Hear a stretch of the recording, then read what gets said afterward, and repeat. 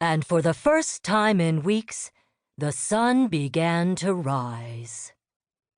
It took several seconds for that booming voice to fade. Indira stood at the center of a bright living room.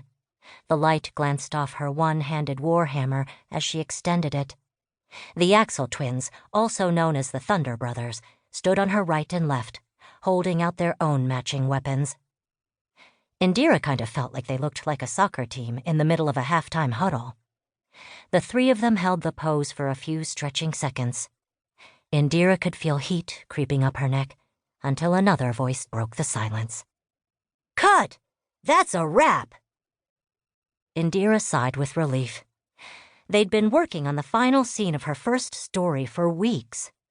Just off stage, she saw matching relief on the face of everyone who'd been working with them. David came grinning onto the set as the other workers started clearing out equipment. "Great job, everyone," he called. "Seriously, what an accomplishment. Can you believe it? We're really done. The story house is finally finished." Indira gave her brother a side hug.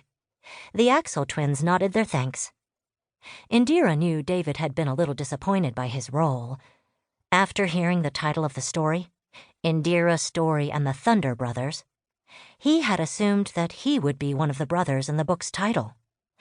I mean, he was her brother, after all. But the author had gone in a completely different direction.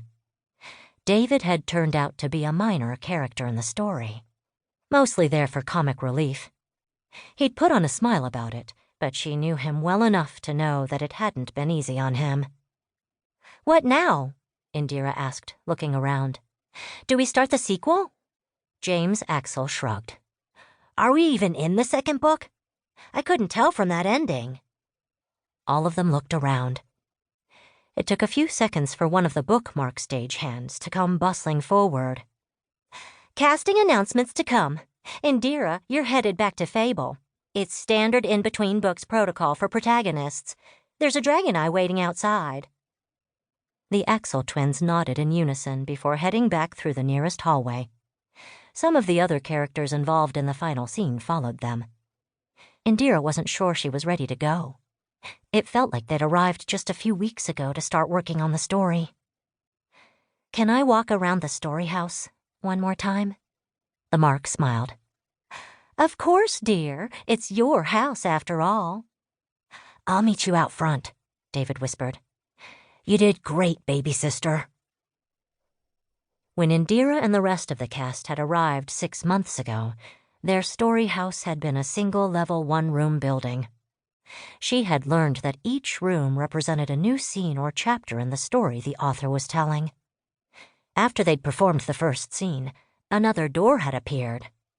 Inside, a second room that represented the next scene. Every new idea the author came up with made their story house bigger. Now Indira walked back through the mansion their crew had created together. She ran a hand along the banister before peeking through a door on her left. It was one of the bigger rooms. Sensing her presence, the room activated. The boring wallpaper vanished, replaced by a clearing in a forest. Indira watched an image of herself running forward, the Axel twins close behind her, all of them ready to face their nemesis in the story's climactic fight scene. Indira made her patient way back through each room, watching highlights as she did. So much of her time at Protagonist Preparatory had been spent in fear that she'd never make it into a story at all. But here she was, walking through one that had been written just for her. It still didn't feel real sometimes.